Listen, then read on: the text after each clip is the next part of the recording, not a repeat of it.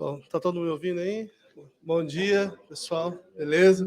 Só enquanto prepara tudo aí, só para falar uma coisa, né? Que tava falando aqui do low code, no code, né? Eu já quase apanhei uma vez por causa disso, né? Porque para mim é no code, no run, né? Se não tem código, não roda. Então, é isso, né? Vamos lá que você falar, Maurício. Vai lá, deixa eu só pegar tem aqui que passar o passador de slides. Agora aqui. Tudo contigo aí. Frente, dá o show aí, cara. Vamos lá. Bom, nós vamos falar, então, mais uma vez sobre orquestração de microserviços, né? Ou não. Eu até coloquei um ou não, porque eu tenho também uma questão com microserviço. Todo mundo fala que tudo é microserviço, mas poucas coisas são microserviços de verdade. Então, por isso que eu falo ou não, né? E de forma assíncrono e em Python, porque eu acho que é uma boa questão. O diferente daqui... Isso. Ah, legal. Tá melhor aqui? Aí, agora. Aí. Então, o diferente aqui é que esses serviços, tudo que eu estou trabalhando aqui é para a área de segurança da informação, que não é uma área que está muito acostumado com o pessoal de negócios, principalmente quem está no mundo do Camunda, não conhece muito a parte da segurança. Não que não conhece muito, mas talvez não tenha tanto aquele aprofundamento na parte de segurança da informação, que é muito importante, né? E para o pessoal da segurança da informação, que me conhece há um bom tempo atrás, né, de um bom tempo, uma introdução a uma questão de orquestração e de processos, que também não é uma questão que o Camunda não está no mundo desse pessoal. Então, é mais ou menos isso. Então, aqui só falando um pouquinho, né, sobre mim, né? Então, tenho ali 22 anos na área, segundo a FIFA, né? Mas segundo as minhas contas, dá um pouco mais, né? Depende do jeito que você conta. Trabalho muito bem, há muito tempo na área somente de segurança da informação.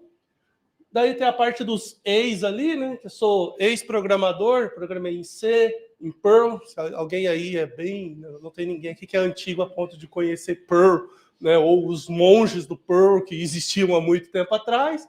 Se alguém falar, me relacionar alguma coisa com PHP, eu nego veementemente, não era eu. E trabalhei muito tempo na parte de sistemas operacionais. Tá? Mas o que eu trabalho hoje, que é o que importa? Eu trabalho hoje na parte de segurança da informação, principalmente na parte de operações críticas de segurança. A parte de operações críticas de segurança é muito complicado, porque se algumas coisas falharem, por exemplo, transação bancária, que o pessoal aqui do Baú não pode falhar. É uma coisa muito crítica. Se o dinheiro está lá, não está mais, acabou. Não tem como voltar.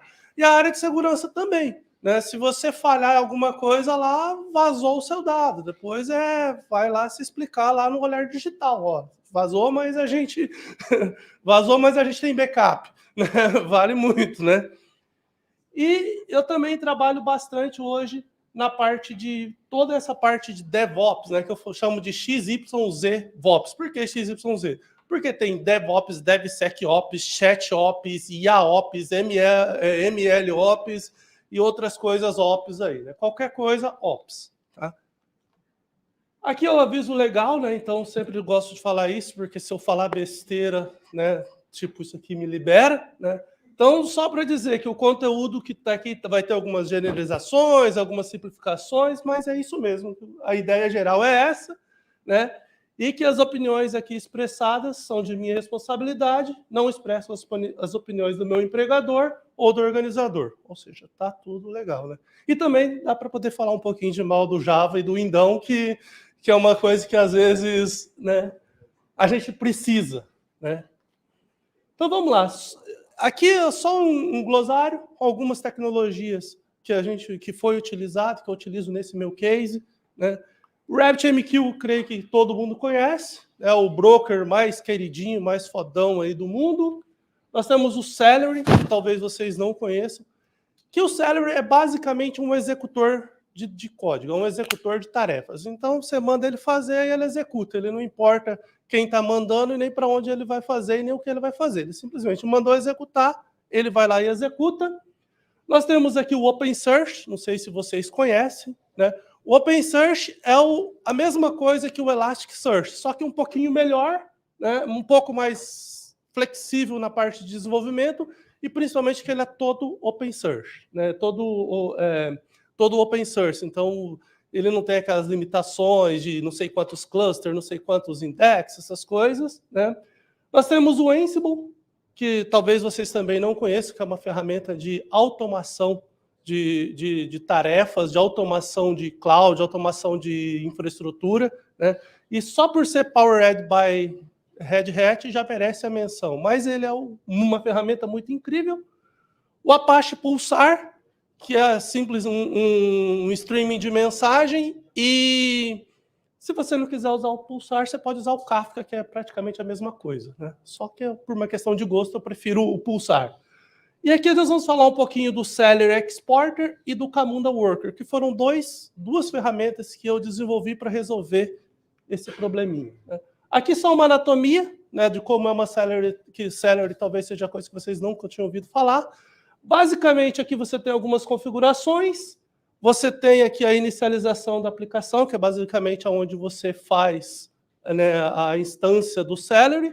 E ali você tem uma task, que basicamente é uma task. Você cria uma função, coloca um pouco de mágica lá dentro, né, que os programadores chamam isso de código, e a mágica vai acontecer. Opa, vou voltar para trás, foi 2 vezes. Então, qual que é o desafio que foi resolvido com o Camunda e usando essas tecnologias? Automação de processos de segurança da informação.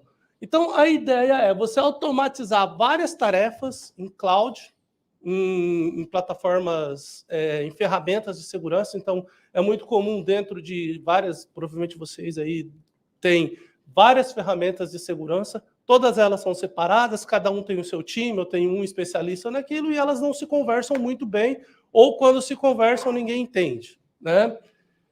Atrapalhar o mínimo possível o pessoal que está lá no dia a dia, que é o pessoal do SOC, NOC, que está lá lotado com aquele monte de chamados lá para atender e não tem tempo para ficar pensando em processo nem nada, que tem o chamado para fazer, ele é cobrado por chamado. E, principalmente, não pegar quem trabalha na parte de DevOps, na parte de DevSecOps, não focar nas outras coisas, ter que se preocupar apenas em resolver o seu problema específico. Então, o meu problema é esse, quero que você resolva esse problema, e não ficar pensando em outras coisas e esquecer o problema, que é muito comum de acontecer também.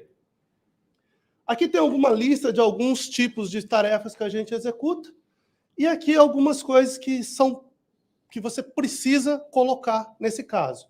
Então, primeiro é a rastreabilidade das execuções. Por que você tem que rastrear as execuções? Porque vão ser várias coisas que vão estar sendo executadas em várias nuvens diferentes. Então, você tem coisas executando na Amazon, na Oracle, você tem coisas executando no seu ambiente interno, você tem coisas executando no ambiente do cliente, você tem coisas executando em plataformas diferentes. Então, você tem que rastrear tudo que está sendo executado, o que está sendo executado com sucesso, o que está dando erro, o que está demorando, o que não faz. Algumas dessas tarefas aqui podem demorar até dias para terminar. Então, se está fazendo, de repente, um Data Discovery, por exemplo, demora mais de uma semana para terminar, dependendo do seu tamanho de dados. Então, como que você vai controlar, saber se está executando ou não, como que está indo o progresso? Imagine tudo isso executando várias coisas em vários lugares, com várias ferramentas. Então, a gente precisou dar um senso de organização. Então, você tem que organizar as coisas. E o que veio para organizar as coisas é a questão do BPM, que foi a questão do Camunda, onde a gente conseguiu organizar quem está executando o quê, onde está executando, a que passos está, como que está isso, tá? E, principalmente, tem que ser escalável, porque hoje você executa um número pequeno de tarefas, daqui a pouco você está executando um monte de número, às vezes você está executando em 2, 3 clouds, de repente você está executando em 5, às vezes você está executando em vários tipos de plataforma, vários tipos de ferramenta, então a gente teria que cuidar muito bem da escala. Então, qual que foi aqui alguns desafios técnicos que eu consegui resolver para poder resolver tudo aquilo ali, né? Poder implementar isso aqui dentro de uma forma organizada, rastreável, escalável, bem controladinha. Então, o primeiro foi rastrear o status da execução. Como eu sei o que está executando, aonde está executando, e quem está executando, quem é o responsável e tudo mais, né? Tipo, dar nome aos bois e saber quem é o quê. Então, a primeira parte foi o do problema, né? Rastrear as tarefas, o modo de execução, porque o Celery, como eu disse, ele é um executor. Você manda ele executar, ele não quer nem saber quem mandou e nem para quem que ele vai devolver. Ele simplesmente está executando. Se deu erro, não é problema dele, né? Então, qual foi a solução? A gente criou, né, o Celery Exporter, que é uma ferramentinha. Depois, todo o código está tudo certinho lá no GitHub, tá? Depois eu falo sobre o GitHub. Então, aqui tem o Celery Exporter, que basicamente ele exporta tudo que ele está, todos os status, tudo que está acontecendo, ele joga tudo para dentro do OpenSearch, e aí eu consigo ter o status de cada atividade. Então, tudo que está sendo executado, eu sei se ele está pending, ou seja, tá lá na fila, vou fazer, né? Recebi, comecei, estou fazendo, falhou ou deu problema. O próximo problema é a questão que aqui foi um pouco complicada, que é a questão da modelagem. Porque como que eu faço para modelar? Porque eu posso modelar, né? Quando você pega ali, né, para modelar um processo, é muito legal. Você pode dar para qualquer pessoa. Sai clicando ali, colocando caixinha em nome, e aquilo lá vai transformar, né, na mágica. Né? Por isso que eu falo, isso é muito mágico, né? Você pega aqui, coloca uma caixinha, outra uma caixinha, pã, saiu do outro lado o negócio funcionando. Então eu teria que fazer um mapeamento de como eu vou saber qual caixinha, qual código eu vou executar. Como que eu fiz isso? Então, foi criada uma regra, que é a única coisa que não é muito flexível, que é uma regra que é tudo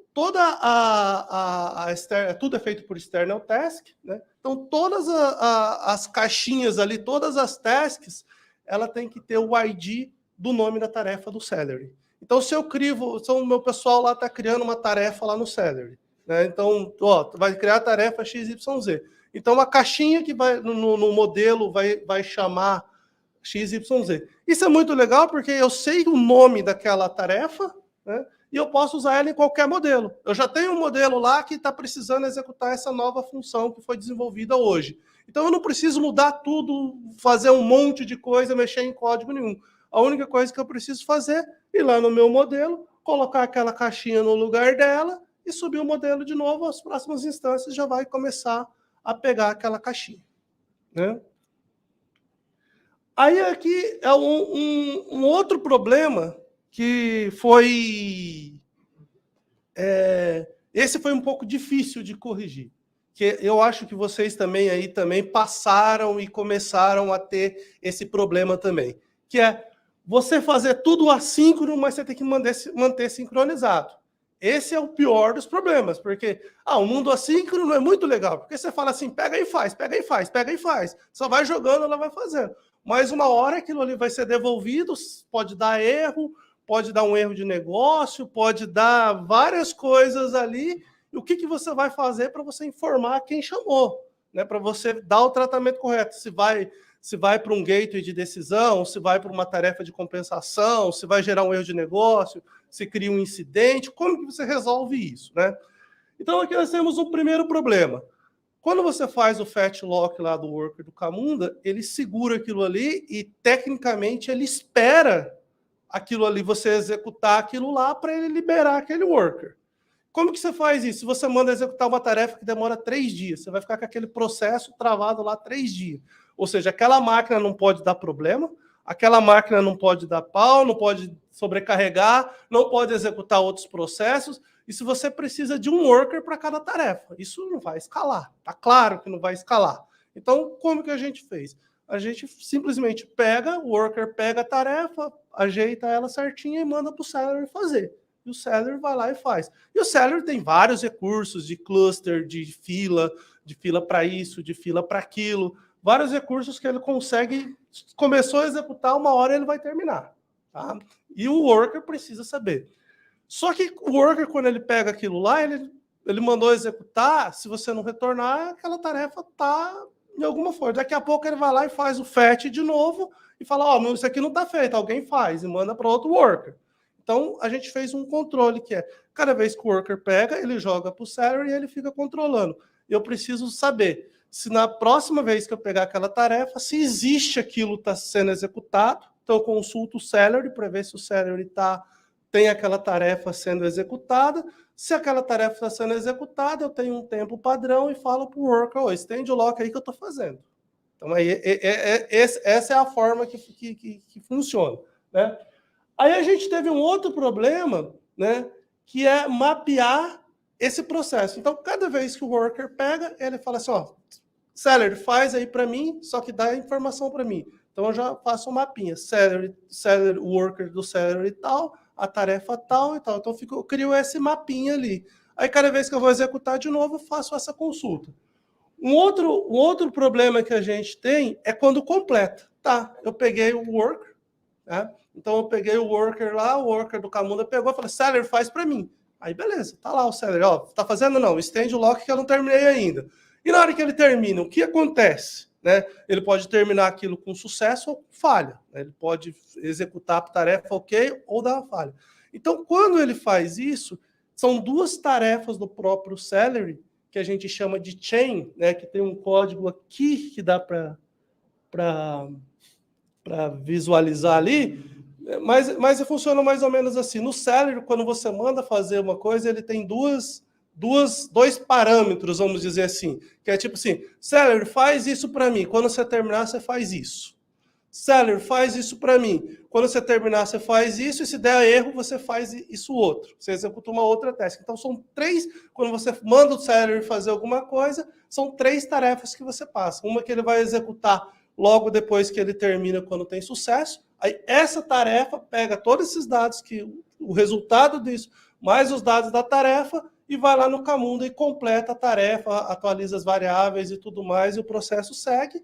Ou então, se der erro, né? Ou se der erro, aí o que acontece? Quando dá um erro, ele joga lá para uma tarefa específica que faz aquilo dar um erro. Aí, quando dá aquele erro, aí ele vai verificar, essa exceção eu vou tentar de novo. Essa exceção eu vou esperar mais 5 minutos, ou vou dar um delay e jogar de novo. Ou com essa exceção eu crio um incidente. Ou com essa exceção eu gero um erro de negócio. Aí lá no modelo, o modelo sabe o que vai fazer quando gera um erro de negócio. Tá?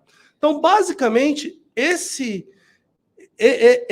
BPM, aqui foi uma coisa que, quando eu estava desenvolvendo esse worker, eu falei assim, não, se eu quero fazer um negócio para resolver um processo, então primeiro tem que desenhar o meu processo. Então aqui está mais ou menos o desenho do BPM do processo. Falta 10? Isso, é. Tá legal. Tem as perguntas ainda, né? Tem que dar voz para o pessoal da comunidade. Tá. Então vamos terminar. Então, basicamente, como que ficou a arquitetura final? Então, em cima ficou a parte da orquestração, né? Tem o RabbitMQ, o Pulsar, o OpenSearch, o Camunda, né? Com o Postgres ali. Então, a gente tem toda essa parte de orquestração. Do outro lado, a gente pluga ali a parte do front-end. Então, ali no front-end, a gente tem... Você pode desenvolver o seu front-end, que é normalmente o aplicativo do usuário e tudo mais, né? Tem a parte do Analytics, do Monitoring, que daí você usa o Prometheus, basicamente Prometheus, Grafana e outras ferramentas que você quiser fazer o seu monitoramento. E o Optimize, que no caso que eu não estou usando ainda por questões práticas, né? Vamos dizer assim. Aí aqui no mundo, aqui o legal é que aqui eu tenho o Celery Worker e o Camunda Worker, que são aquelas duas coisas. Isso aqui é feito porque ele é colocado aqui no meio, por questões da escala. Porque eu posso colocar um Camunda Worker e um Celery Worker em cada lugar. Então eu tenho uma camada ali que faz toda essa orquestração, eu posso colocar um worker na Amazon, colocar um worker na Google Cloud, colocar um worker no meu ambiente do cliente, colocar um worker no meu ambiente interno, e onde eu tenho um worker, eu tenho a execução e também toda essa parte de sincronizar o que é assíncrono. E aqui embaixo tem todas as ferramentas que atualmente eu estou conectado. E aqui a gente tem a parte do código, mas está o link lá no GitHub, tá certinho, depois o Maurício pode compartilhar, né? E é isso, pessoal. Então, se alguém tiver aí alguma dúvida, sugestão, elogio, né, pode fazer, né? Como hoje é um evento especial, presencial, híbrido e tudo mais, né? Se você tiver sua crítica, você pode fazer também e tal, né? Mas se é um dia que não é como hoje, você tem que mandar para aquele e-mailzinho ali, tá bom? Explica Mas aí, é isso. Explica aí. Cara, muito bom. Explica aí o que que significa esse... É o Rottenkragenhagen, tá? Aí, então, se alguém quiser mandar, é rottenkragenhagen@gmail.com. Só mandar sua crítica para lá. Vamos Mas lá. é isso, pessoal. Senta aí, cara. Vou sentar aqui. Bacana, meu, muito bom.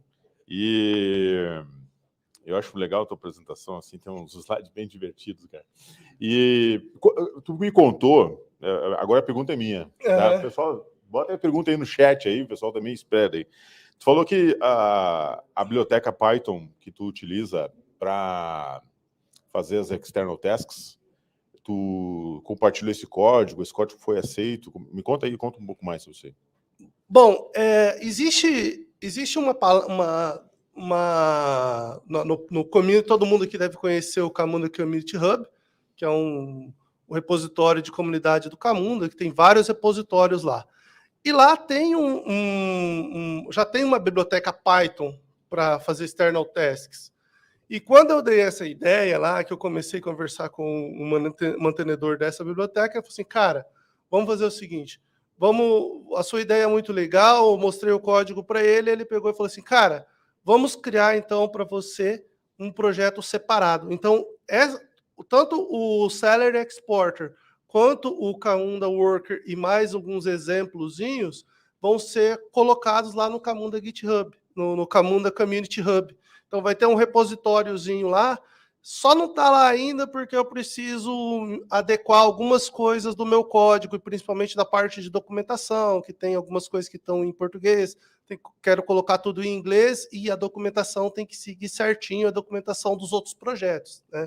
Então eu preciso só, basicamente, templatizar a minha documentação para poder subir. Esse código já está no GitHub, está lá no meu GitHub, já tem lá, mas se você logo vai estar no Camunda Community Hub. E é muito legal que lá tem bastante acesso, lá tem bastante... Vou dar uma dica aqui, tá? Disponibilidade, vamos dizer assim, bastante visibilidade. Vai lá no site da Camunda e submete essa apresentação lá para eles. Essa mesma apresentação conta do teu código, que provavelmente chegam as passagens para ti para ir para Berlim. Para ir lá falar inglês, cara, né? E aí eu sei que tem um pessoal aí que já fez isso e deu certo, cara. Vou fazer aí, sim. Pergunta. Você tem algum plano de migrar isso para o Camunda 8? Então, eu fiz um primeiro, que foi um ZB, né? Que foi que tem inclusive uma biblioteca chamada PyZB, né? A primeira versão era para ZB. Só que a forma como a plataforma 8 trabalha com external task, eu não consegui fazer ela ficar assíncrona. Por uma forma da implementação. Talvez porque quando eu comecei, a plataforma 8 ainda era o ZB, estava começando, daí eu não consegui, e quando eu voltei para 7, com a 7 funcionou direitinho, aí eu fui para 7. Mas a ideia é colocar o Camunda Worker também na plataforma, na plataforma 8, né? Que eu não consigo falar 8, eu consigo falar só ZB. Cara, uns 2 anos atrás eu trabalhei com um cientista de dados, né, cara? O cara tinha que ligar o Camunda nas bibliotecas pandas dele lá em Python, né, cara? Se eu tivesse essas external tasks prontas na época, cara, era assim, o quanto é legal, né, cara, a contribuição, né? Eu tive que inventar um monte de coisa lá para poder rodar as external tasks para chegar nos modelos que eram treinados, né, em machine learning. E, pô, agora tu tem aí acesso direto, né, com as bibliotecas. E, cara, tu tá de parabéns, cara, porque tu tá resolvendo a vida, facilitando a vida de muita gente, cara. Principalmente na comunidade Python. Espero isso. E os caras de Data Science também. Sim. Muito legal. É justamente a ideia ali de você colocar, porque o Python ele é um mundo à parte, principalmente para quem está no mundo do Camunda, na parte de processo, na parte de business, é o pessoal que está muito ligado no Java, no Spring e tudo mais.